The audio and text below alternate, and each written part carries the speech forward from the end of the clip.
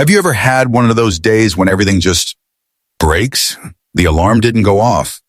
You spill your coffee, a text ruins your mood, and suddenly it feels like the whole world is against you? Yeah, I've had those days too. In fact, I've had those years. Years when no matter how hard I tried to stay calm, everything outside of me felt like it was on fire. And for the longest time, I made a critical mistake. I believed that peace was something I could only feel after life calmed down. I thought I'd be peaceful when the money came in, when the relationship healed, when the world finally made sense. But life didn't get quieter. It got louder, messier, more unpredictable. Like it was testing me, asking, will you break with the chaos or will you build something deeper? One day in the middle of one of my lowest storms, I stumbled upon a simple, ancient idea. Stoicism. And it didn't just inspire me, it rewired me. Stoicism didn't promise to fix my life. It didn't tell me I'd never feel fear, anger, or grief. What it taught me was how to stay anchored when everything else was trying to sweep me away.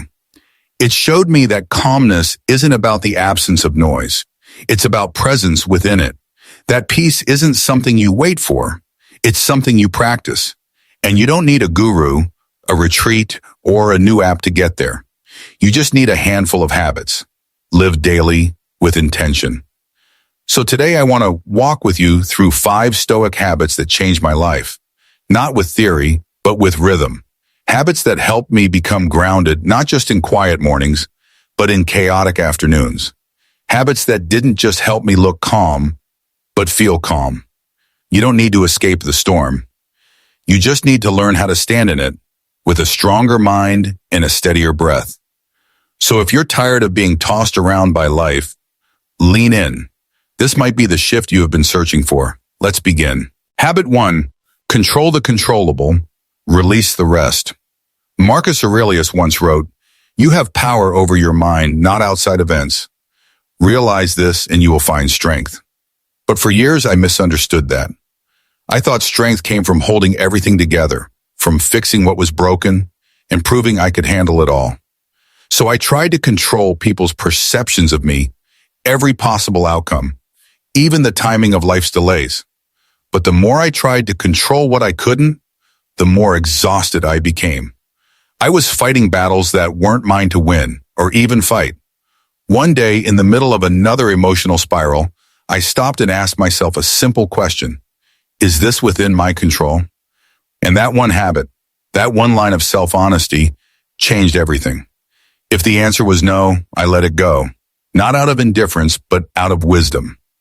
I began redirecting my energy toward what I could actually influence. My response, my focus, my choices. I stopped shouting at the storm and started building a stronger boat. Because peace doesn't come from silencing the world. It comes from steadying yourself in the middle of the noise.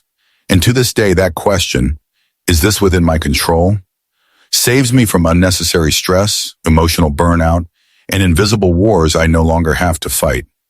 Control the controllable, release the rest. That's not giving up. That's taking your power back. Habit 2, practice negative visualization. It might sound like the most counterintuitive advice you've ever heard. Start your day by imagining what could go wrong. But that's exactly what the Stoics did.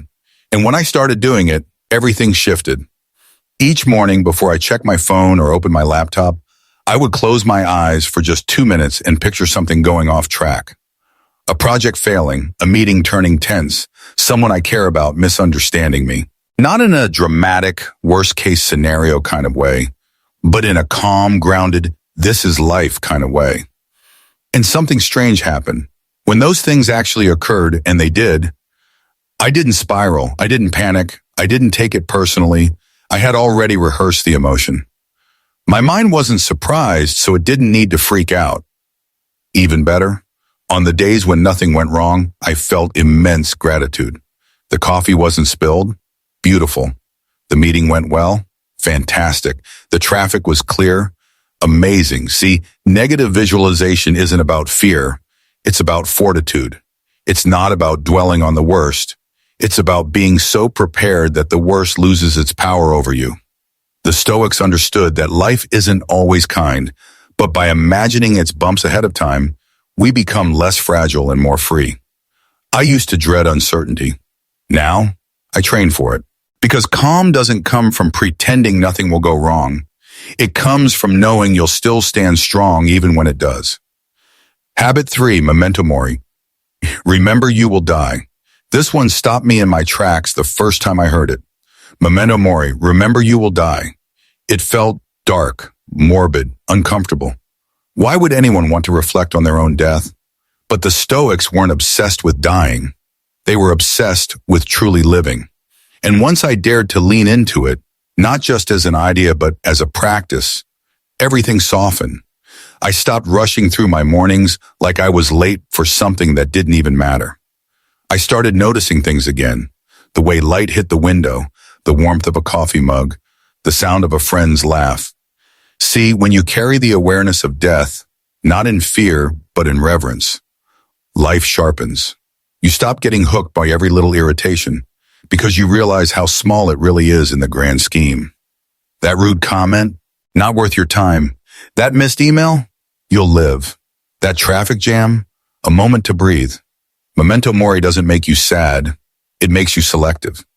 You start filtering your energy, your attention, your love, giving it only to what truly matters. I used to wait for the perfect moment, the right time to speak, to rest, to dream. But that time never came. So I stopped waiting. I started living like today might actually be the only shot I get at this version of me, in this body, with these people. And that wasn't depressing. It was empowering. Because the truth is, remembering that we will die is how we finally start to live. Habit 4, respond during. There was a time when I thought strength meant always having the last word. Quick comebacks, instant replies, defending myself at every turn. But the Stoics taught me something radical. True strength is pause, because you don't have to attend every argument you're invited to. You don't have to let someone's chaos become your storm. The moment I started creating space, just one breath, between stimulus and response, everything changed. A rude comment? Pause. A passive-aggressive email? Pause. That snide tone from someone close to me? Still, pause. Not to shove my emotions down, not to pretend I wasn't triggered, but to create enough room for choice. The Stoics believe that between what happens and how you respond, there is freedom. And in that space is your power. See, reactions are automatic. They're primal. But responses are chosen. They come from a grounded place, not a wounded one. And every time I chose to respond instead of react, I felt stronger, not weaker, more in control, not less, because I was no longer handing my peace over to every inconvenience or insult that came my way. I began to realize the pause isn't weakness, it's wisdom. And in a world that worships speed, choosing to slow down, even just for one breath, is an act of rebellion, a quiet one, a powerful one, and one I have never once regretted. Habit 5, journal like a Roman emperor. Did you know that Meditations by Marcus Aurelius, one of the most powerful men in ancient history, was never written for you or me? It wasn't a book. It wasn't a performance. It was a journal, a quiet place where he confronted his own fears, his flaws, his regrets, his ambitions. That thought changed everything for me. If a Roman emperor juggling war and empire could make time to reflect, what excuse did I have? So I started journaling too, not to be poetic, not to impress, but just to face them. At first it was messy, inconsistent. Some days I wrote 3 lines, some days a page, but I kept coming back. Because the more I wrote, the more I heard my own thoughts, not just the ones echoing from the outside world. I started seeing my patterns, the lies I was telling myself, the blame I was placing, the fears I didn't want to admit. Journaling became a mirror, a private space to think through my anger, my sadness, even my joy, without filters, without judgment. And something incredible happened. The more honest I was on the page, the more peaceful I became in life. Not because life got easier, but because I stopped hiding from myself. We all need a place to process the chaos before it processes us. A page is cheaper than therapy, but sometimes it heals just as much. So pick up a pen, write not to publish, but to understand, because in that stillness, you might just find your calm. And here's what I've come to believe deep in my bones. You don't wait for calm, you create it. Not by avoiding storms, but by becoming someone who can stand in them. Not by controlling life, but by controlling how you show up in life. The 5 Stoic habits I shared today aren't about becoming cold or emotionless. They're about becoming anchored. Anchored in truth, in clarity, in choice. So when the world shakes, you don't. Because resilience isn't luck, it's a muscle, and that muscle gets built, one choice at a time.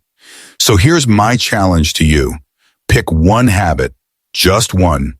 Practice it, test it, live it, let it shape your mornings, let it guide your pauses, let it catch you when life tries to throw you off balance. Because your peace is not out there, it's within you, waiting to be activated. And if this video gave you even one moment of clarity, hit like, hit subscribe, and share it with someone who's navigating their own storm. Because calm isn't found, it's built. One breath, one habit, one day at a time. You've got this. I believe in you. Now go build it.